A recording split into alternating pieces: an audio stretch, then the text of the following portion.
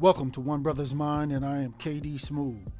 Today we will question and challenge popular information and views from a B1 perspective, while we expose the real facts you need.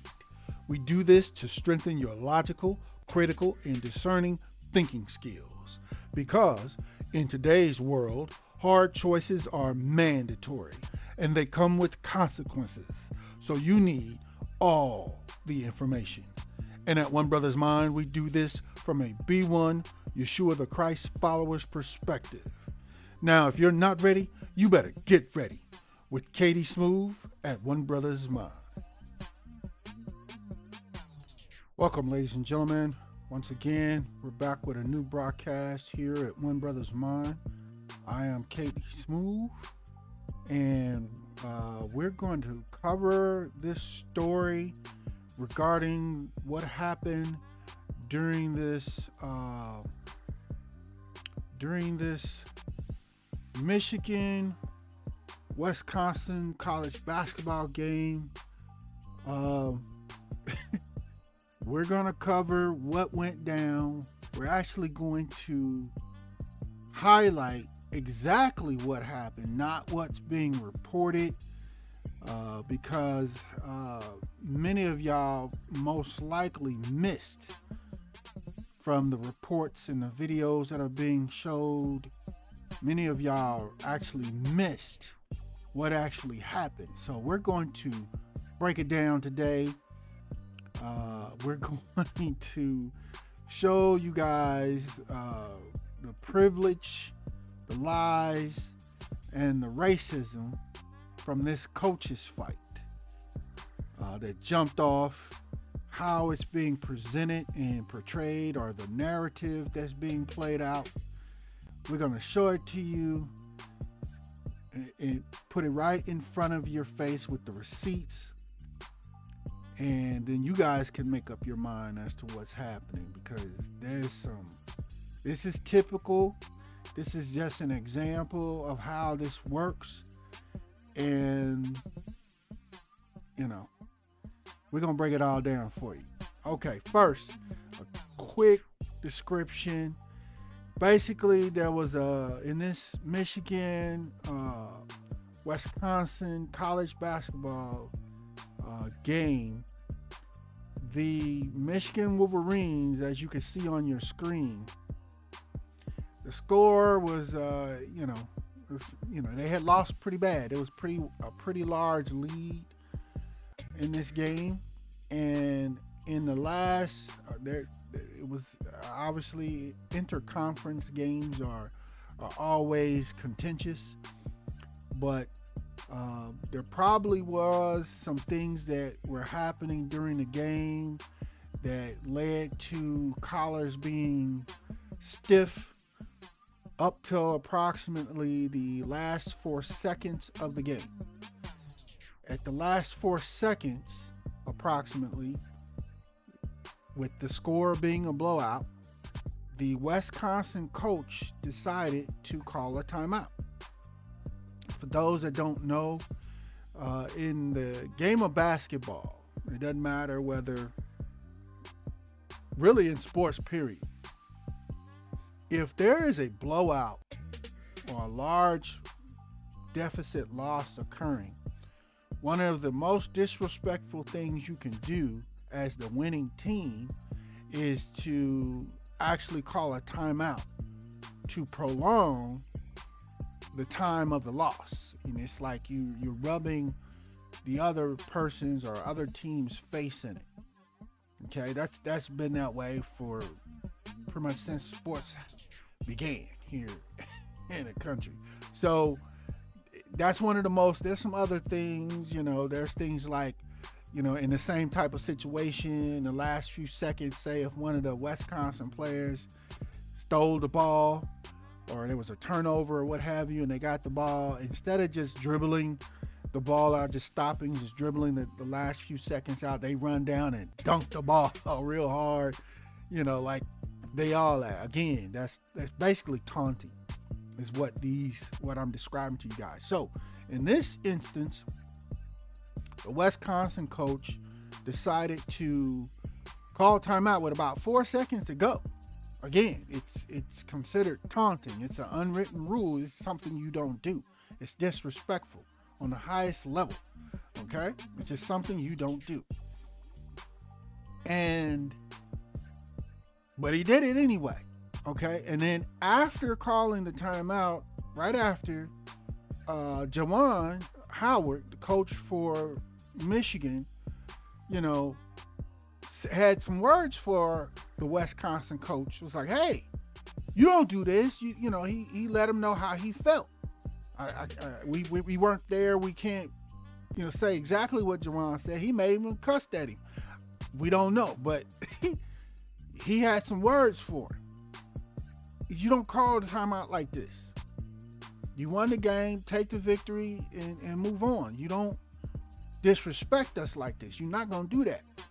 And what I'm going to show you guys in the first, I got some videos here that a couple video clips. There's actually 3 of them. I'm going to show you exactly what happened, because most of the videos you guys are watching are not going to put all this together. Okay? And because of that, most people are going to get a completely incorrect or inaccurate view and opinion of what happened. Okay? And the reality is, well, I ain't gonna give my opinion until after I show y'all the videos, and then I'm gonna see if y'all catch the privilege, lies, and racism in these video clips from there. So we're gonna show you guys these videos and let you guys see this stuff for yourself, and then afterwards we're gonna come back and chop it up at that time. Okay, here we go. I'm gonna show you the first video.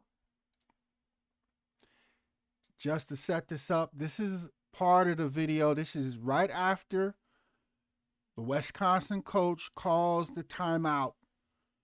Okay, with about 4 seconds to go, I'm gonna show you what happens.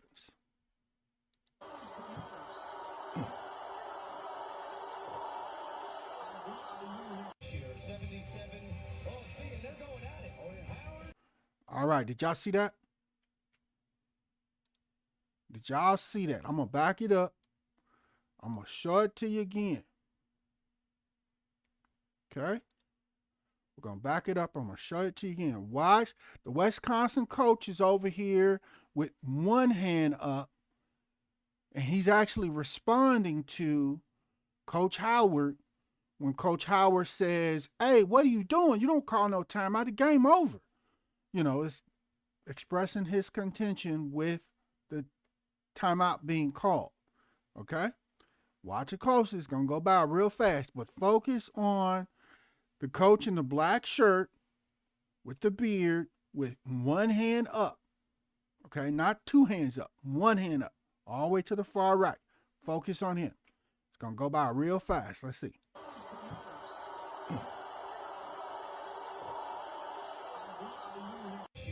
Did y'all see that?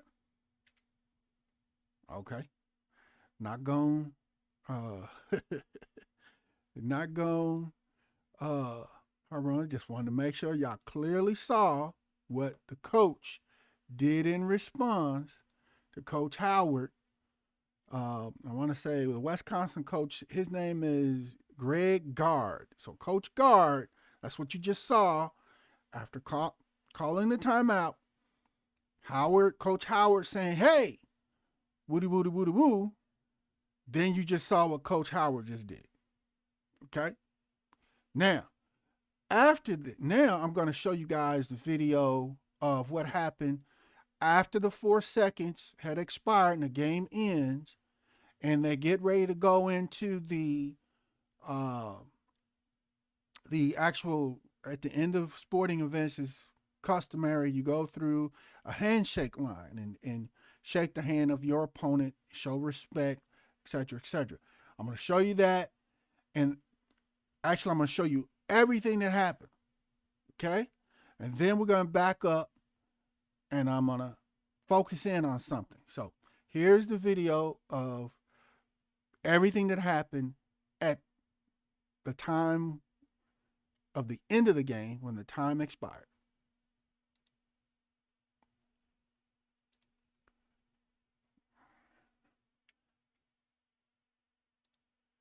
Here we go. And that will do it. Badgers win it 77-63. And Juwan Howard not going over immediately to shake hands. Now he's going to get in the line. Interesting finish here. 77. Oh, see, and they're going at it. Oh, yeah. Howard and Gard are not happy right now as the two of them continue to have words. We told you Juwan Howard was not happy about that timeout. And Juwan Howard just threw a right hand. And now we got a scrum. We have a scrum in Madison. Players are pushing and shoving. This is an ugly scene. This is an ugly scene. Oh, my God.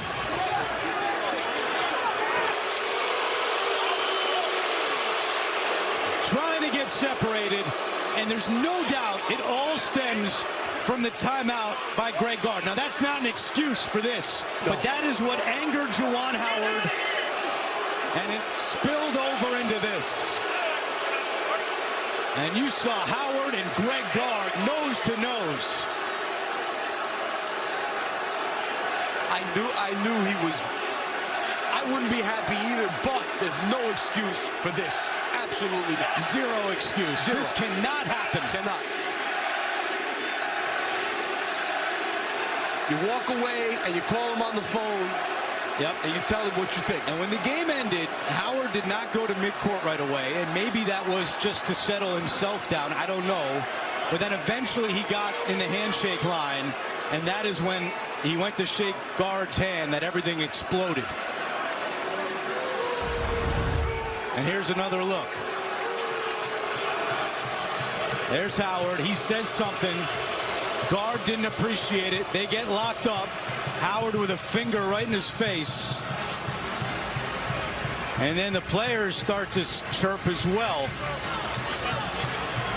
And that's where Howard grabbed one of the Wisconsin assistants, Joe Krabenhoft, former Wisconsin player, and it spilled out into this. Juwan Howard's going to have a problem. Another look at Howard. Right there. Right there. He's grabbing. He's going to have a problem. Yes. That's a suspension. That's a suspension. There's no question that's a suspension. That's bad stuff.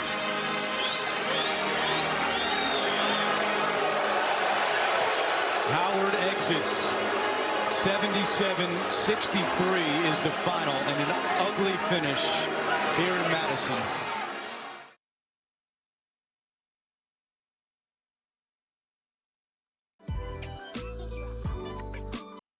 Okay, ladies and gentlemen, did y'all see that? Did y'all see that? We're going to show it to you one more time. Gonna show it to you one more time. One more again. Here, just to make sure y'all saw it. I'm not gonna give my view of this until afterwards here in just a moment. But inbounds, and that will do it. Badgers win it 77-63. Focus on this handshake line right here. Immediately to shake hands. Now he's going to get in the line. Interesting finish here. 77. Oh, see, and they're going at it. Oh, yeah. Howard and Gard are not happy right now as the two of them continue to have words. We told you Juwan Howard was not happy. Okay. So, we're focusing on the handshake line. All right? Did y'all see it? Okay. I got another one for you. We're going to show y'all what each coach had to say at the press conference afterwards. Again, I am not going to get into this until they are done. Hopefully, y'all have seen it. What actually happened. And the other thing that I'm going to focus on in the video that you just saw is what the announcers were saying. Okay? All right. We got one more video. I'm going to show y'all what the coaches were saying afterwards. All right. And here we go. You know, I didn't like the timeout being called, and I'll be totally honest with you. I thought it was, you know, not necessary at that moment, especially being a large lead. And then for to have the timeout be called with 3 seconds or 4 seconds to go, you know, I thought that was, you know, what I felt wasn't fair to our guys. And so that's what happened. Just a follow-up, if you wanted the game to get done, why keep the press on against Wisconsin's backups at that point? Oh, it wasn't a press. We was just 5 pressure defense, man-to-man. That's what 5 is for us. Well, as far as touching, I mean, it's obvious touching the handshake line. It must have been more than that. Oh, yeah, it was more than that. Yeah. Touching me unnecessary wasn't cause for that when we were talking. And at that point, you know, I thought that was, you know, time to protect myself. Came in later after some of the players and was going down the line with everybody, and they were all fine. And he came up to me and pulled his max down and said, "I'll remember that." And he started pointing at me and tapped me in the chest. And I said, "Hold on. Let me explain to you why I took the timeout." Maybe he doesn't know the rule that you get the 10 seconds reset. I wasn't going to put my players in that type of situation to have to break a press in 4 seconds, coming stiff and cold off the bench. I wouldn't do that for a regular group. I can take a timeout. That's it gives my players the best chance to have success. So that's where it started, that he said, "I'll remember that, I'll remember that." And I said, "Hey, let me tell you why I did what I did." And he didn't want any part of that, and kept moving on. So that's, unfortunately, like I said, it overshadowed momentarily. I'm not going to let it overshadow it much longer than once I walk out of here. You know, in fact, as soon as those questions are done about that, our team played really well in the second half, and we got a damn good team. Okay, ladies and gentlemen. I write a lot of essays for school, but You saw that. You saw the report. All right. Did y'all catch the privilege, lies, and racism in these videos and what happened? Did y'all catch it? That's the question. Okay? That's the question. Did y'all pick up on it? Did y'all catch it? If not, I'm about to break it down for you. All right. Again, like I said, and as they described, the issue was the disrespect from the timeout being called with 4 seconds to go. Now, warranted. Let's just accept the reason from Coach Gard for calling the timeout. Let's say that he felt that was legitimate, or that's a legitimate reason. Let's accept that. Okay, that's fine. Okay?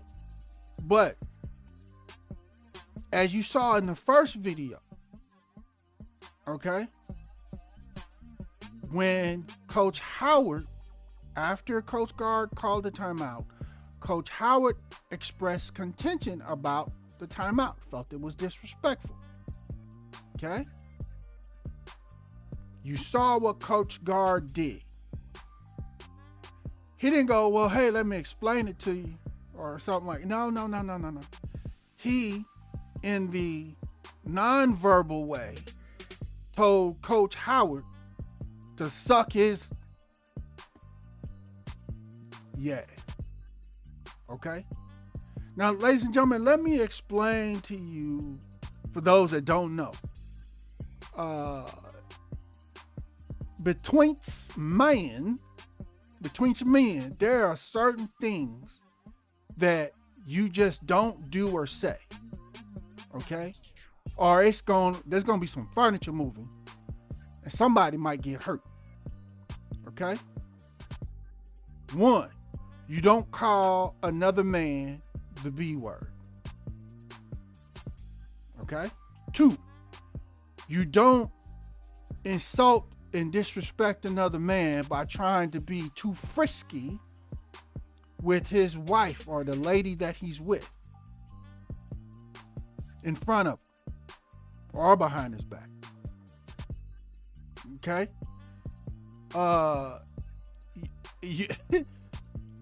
These are just things you just don't do, or there's gonna be problems. You don't. There's another one. It just slipped my mind, but you don't in any kind of way tell another man to suck your. Okay? There's gonna be some problems. So to be clear, Coach Gard, the Wisconsin coach, committed the first act that is a conduct violation as a coach for the school of Wisconsin. Coach Gard did that, not Coach Howard. Okay? So he started it. Okay? Then you move to the second video during the handshake line. Okay? And I replayed the handshake part. Did y'all catch it? Basically what occurred was Coach Howard had already made up his mind. Okay, game's over. I wanna do something to this dude, but I'm gonna just take my things, walk out with my team, and we'll address it after, in the press conference and later. Right? I might have a word as I'm passing, but that's going to be the end of it for right now. Okay? But the point that I wanted y'all to focus on in the handshake line was when Coach Howard and Coach Gard come together, Coach Gard grabbed Coach Howard. Coach Gard pushed Coach Howard. Coach Gard therefore assaulted Coach Howard in the handshake line first, because Coach Howard was just going to walk on by. He wasn't really going to shake his hand. He just trying to go on, follow his team on to the locker room. He actually turned his head to Coach Gard. He probably said that was some BS or something, just a verbal response again.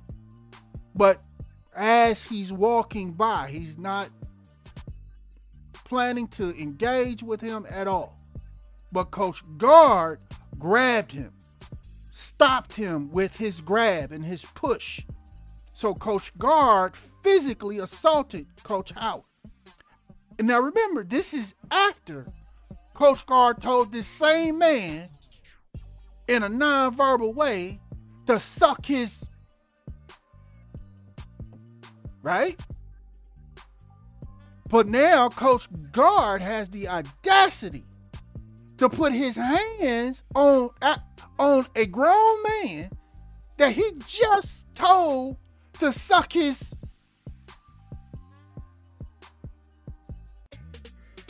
Really?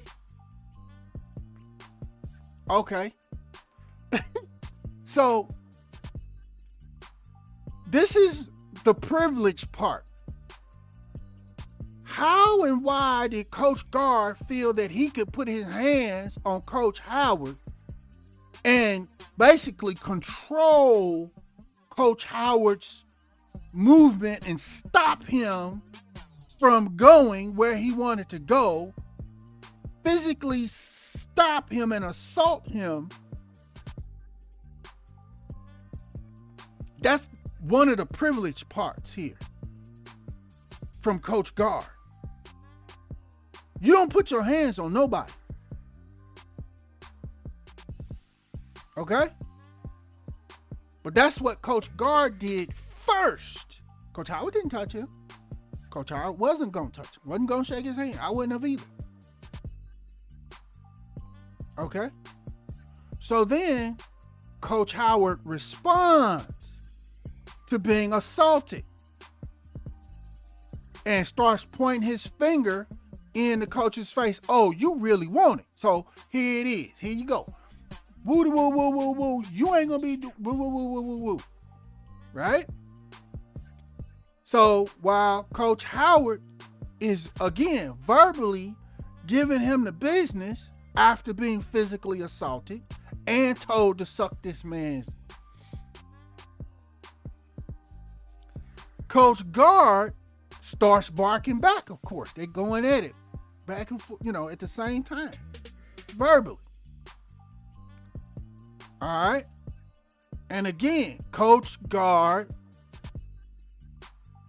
continues to put his hands on Coach Howard.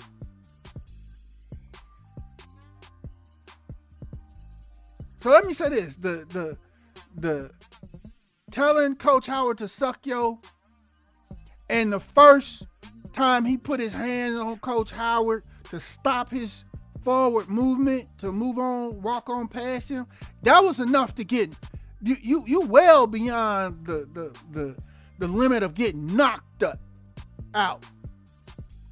You well past that already. Okay? But dude kept going. He doubled and tripled down with this. All right? So then you saw what happened. The scuffle breaks out. Howard, like any grown man is going to do,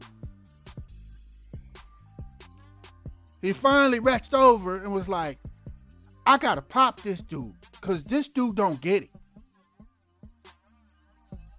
I need to provide some understanding for him. And here you go. Blah! Right? Okay, so then the third thing that I wanted y'all to focus on, and I'm going to replay it here, is what the announcers were saying. The lies that they were saying, and the racism and the white supremacists getting on code that they immediately did. If y'all remember, I'm going to play it again. Hold on. Let me play it again. All right. I want y'all to listen to the announcers. Focus on the announcers here. All right.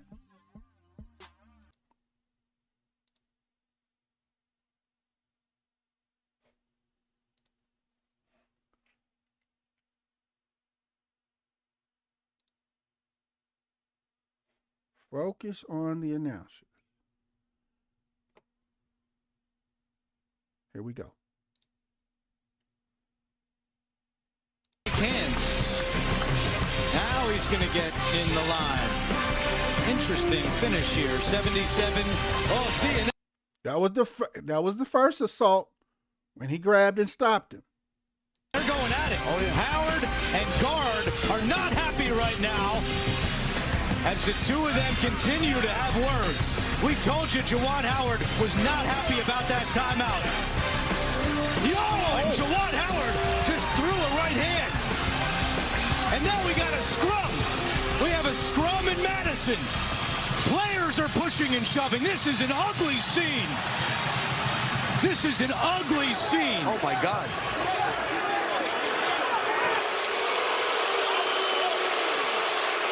Trying to get separated, and there's no doubt it all stems from the timeout by Greg Gard. Now, that's not an excuse for this, but that is what... All right, now they're getting on code. They're starting it. They just told you that, or they're suggesting that the response from Coach Howard and is not an excuse or not reason enough because of the timeout being called. They're starting to, they're getting on code. What angered Juwan Howard, and it spilled over into this. And you saw Howard and Greg Gard nose to nose. I knew he was, I wouldn't be happy either, but there's no excuse for this. Absolutely not. Okay, they just double down. They're setting the narrative. This is what this is called. They're setting the racist narrative. They're telling you something that didn't happen. That's an absolute lie. Okay? They're telling you what happened as opposed to what your eyes actually saw happen and what I've showed you guys happen. Okay? They're making their own story up. Okay? This is how they do this. Zero excuse. Zero. This cannot happen. Cannot.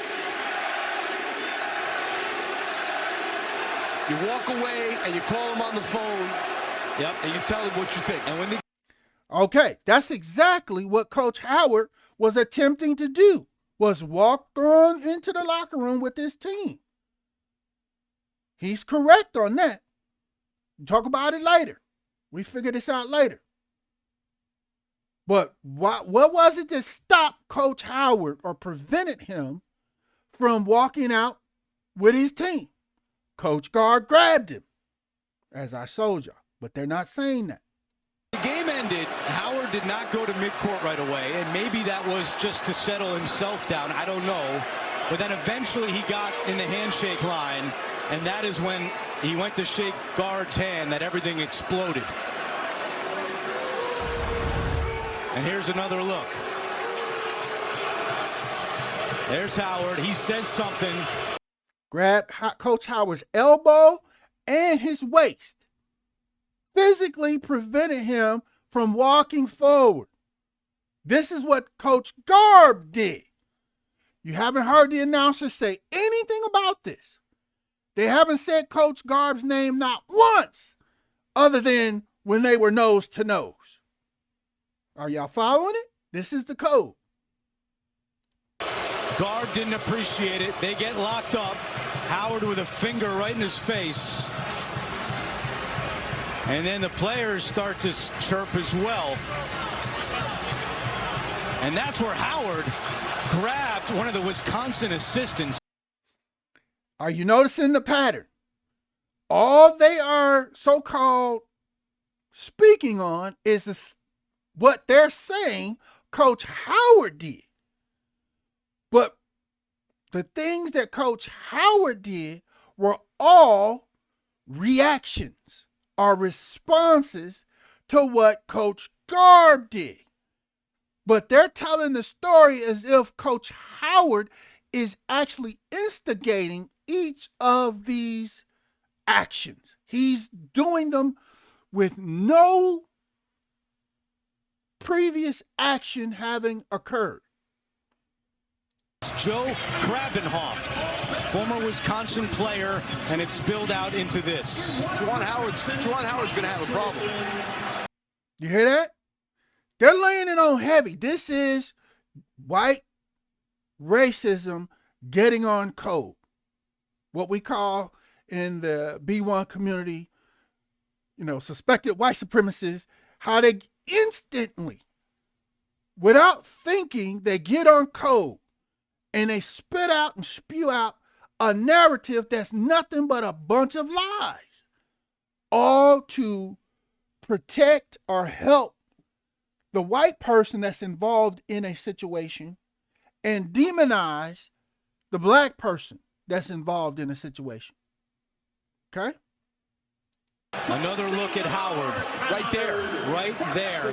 Okay, they're replaying Howard smacking this dude, which, like I said, he was well beyond the gots to get smacked line from the telling Coach Howard to suck his, and then gonna double down and grab his elbow and put his hand on his waist and physically stop him and assault him from moving, from walking freely. You don't put your hands on nobody. But they're only showing Howard's response.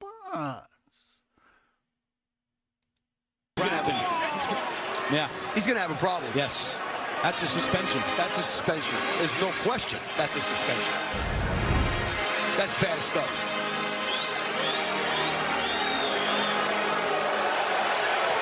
Howard exits 77-60. So again, ladies and gentlemen, do y'all see that? Do you see how they got on code? Immediately, they got on code. They got on code. They showed the story or the narrative in the way they wanted to show it. They portrayed it in the way they wanted to portray it. Literally, right before your eyes. Did you catch all of that? Okay. Did y'all catch all that when y'all first viewed it? Or, especially for a lot of my white listeners, did y'all catch it? Or did y'all focus in on what you were hearing and being told happened? Not what you actually saw happen. Okay?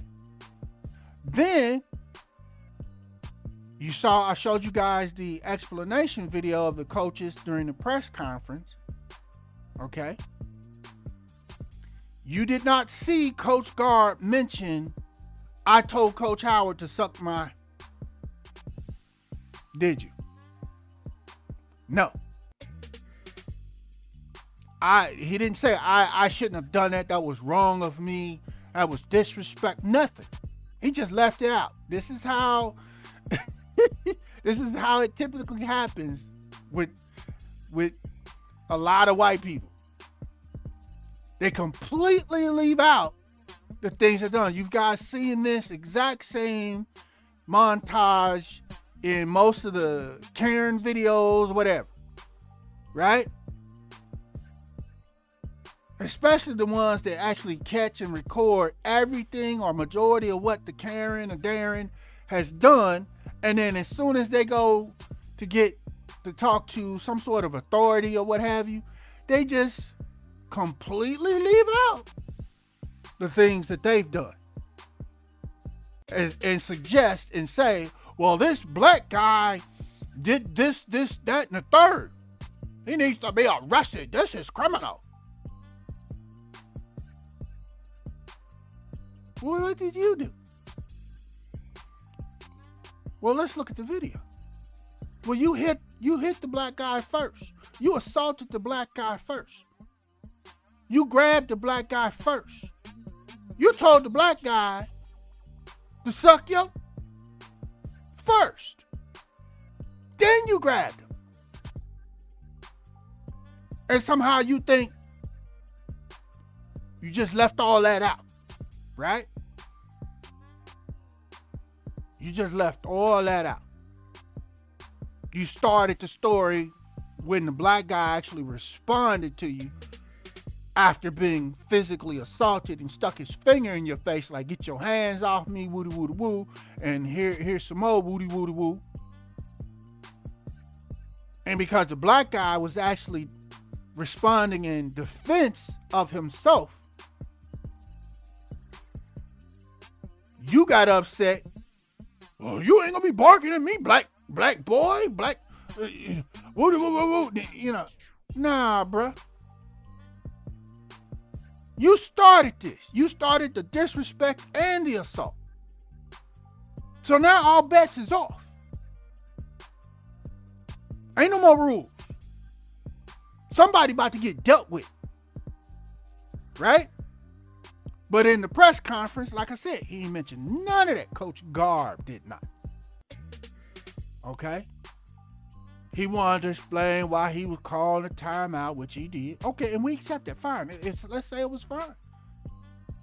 I mean, this type of stuff happens in at the end of sporting events all the time. Not this fight, but the disagreement between the coaches. And they just verbally, at most, they verbally say something to each other as they go their own way freely to their respective locker rooms. Okay? Happens all the time. And then they try to address it afterwards, whether it's a phone call or whatever. They deal with it and address it afterwards. Okay? But they don't grab, no, not one coach doesn't grab and assault the other coach. Oh, no. You don't do that. So again, you got the coach doing the initial two things that were disrespectful and actually assaulting Coach Howard. Then you got Coach Howard's response to that. Then you got the announcers getting on code, trying to paint a narrative against Coach Howard, the black coach. That's where the racism comes in, is the announcers. the suspected white supremacist announcers. You saw them, they went into it immediately. They went into Karen mode immediately, along with Coach Gard. And then Coach Gard turned around during the press conference, leave out all the stuff he did to start this whole and create this whole problem, and just said, well, he wanted to get in my face. No, he didn't. He wasn't trying to get in your face. He was trying to walk out with his team. When you got that level of disrespect going on between another man, you do not put your hands on him. Oh, that's instant knockout. Because if you do, you are saying to that man, you ain't shit. That's what you are saying. If you feel confident and disrespectful enough to after telling a man to suck yo, to then turn around and actually put your hands on that, oh, come on, man. That's what you're saying. So a man is going to respond, which is exactly what Coach Howard did. Okay? So again, y'all, this is how they create the racist narratives, and I'm speaking specifically as far as the racism with the announcers. Okay? I'm not saying what Coach Gard did was racist in any way. It was absolutely wrong.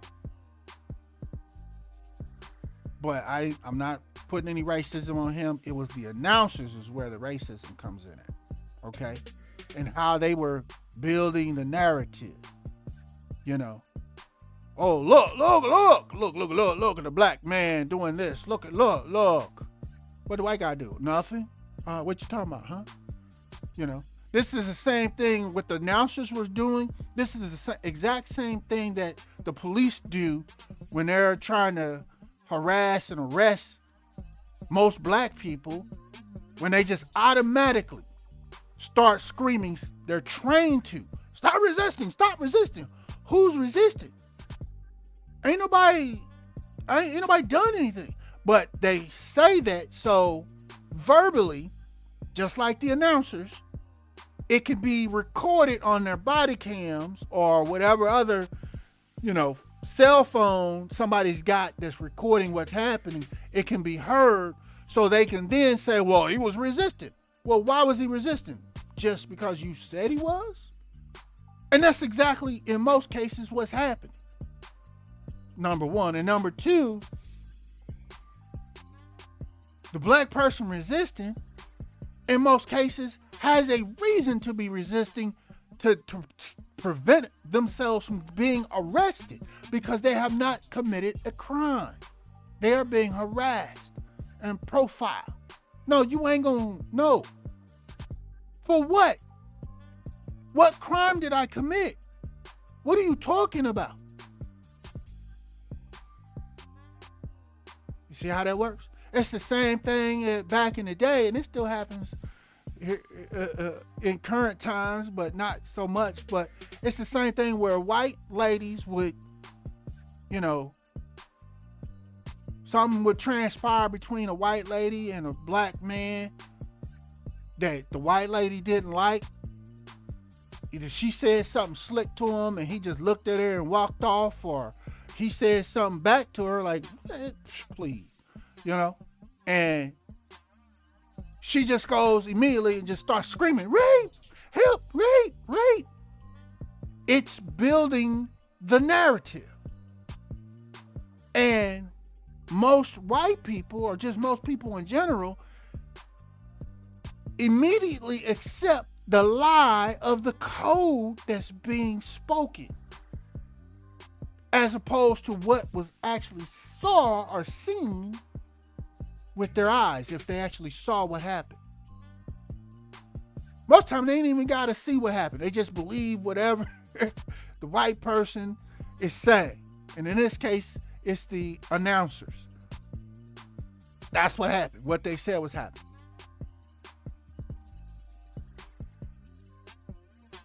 Okay? So this is an exact example of how they build white people. Let's say most white people immediately get on code. It's not all, but most white people, they get on code. I literally just showed you how it happens. Okay, now, also, all the other reports and videos that you guys are going to watch, and before I get into that, ladies and gentlemen, please like, share, and subscribe. Please like, share, and subscribe to One Brothas Mind. We're going to keep bringing you the facts, the truth, the receipts to what's going on out here. All right. But they're going to get, most white people automatically get on code. But the problem is, when they do that, they still claim, I'm not racist. Even though they automatically get on that white supremacist racist code to create a narrative in whatever the situation is. All your Karen videos, and including this one with the announcers, they want to create this racist narrative full of lies. All to hurt the black person that's involved in whatever the situation is. But one thing that they are not fully aware of or accept is the 400 years is up, y'all. For the white people that do this type of stuff, again, it's not all, but for the white people that do, your evil and lies are being exposed. I'm doing it right now, but it's being exposed. And I'm sure I'm not going to be the only black person that shows y'all this information. Okay? It's being exposed. Y'all time is up. The whole white supremacist racist system that this is a part of is being exposed. And most importantly, is being judged by God. That's why all this other craziness that we all been dealing with here, we don't say them V and C words here at One Brothas Mind. We call this craziness that we've been dealing with the last couple of years the predator. That's why the predator is here. The pestilence is here. And all the hell that's transpired. This is judgment. Okay? So y'all, let me know what you think. How y'all feel about this in y'all spirits after the truth is being exposed? You watch the other little reports and the little mainstream media reports that chop this thing up. I saw some of them. They completely separated everything to try to say, well, let's focus in on what Coach Howard did. Let's just show that in one clip, and then we'll let them show them another clip of them talking in the press conference. But you're going to have to look and search for what Coach Gard did when he told Coach Howard to suck his. You're going to have to look for that. They're not going to, most of them ain't going to marry that together like I've done here. Okay? So again, let's chop it up in the comments. Y'all let me know what y'all think about this. Y'all feel I'm tripping. I could be tripping. I don't think so. I know so. But it is what it is. And they're gonna continue. The mainstream media are going to build on this white supremacist racist narrative as making Coach Howard out to be the bad guy in this situation. That's what most likely is going to happen. That's what always happens before, and in situations before this. So history dictates what you most likely is going to do in the present and in the future. So we're going to follow this story and see, what the lying mainstream media is gonna do with it. But y'all, let's chop it up again. Please like, share, subscribe to One Brothas Mind, where we bring you the actual facts. Make sure you, ladies and gentlemen, you turn on your, once you subscribe, you turn on your notifications so you can get the alerts when we go live or when we post new content. And ladies and gentlemen, this concludes this broadcast for One Brothas Mind. We thank you for joining us. And as a part of the new Black media, B1 choices are mandatory and being on code is required. But never fear, Yeshua the Christ is with you always. Shalom.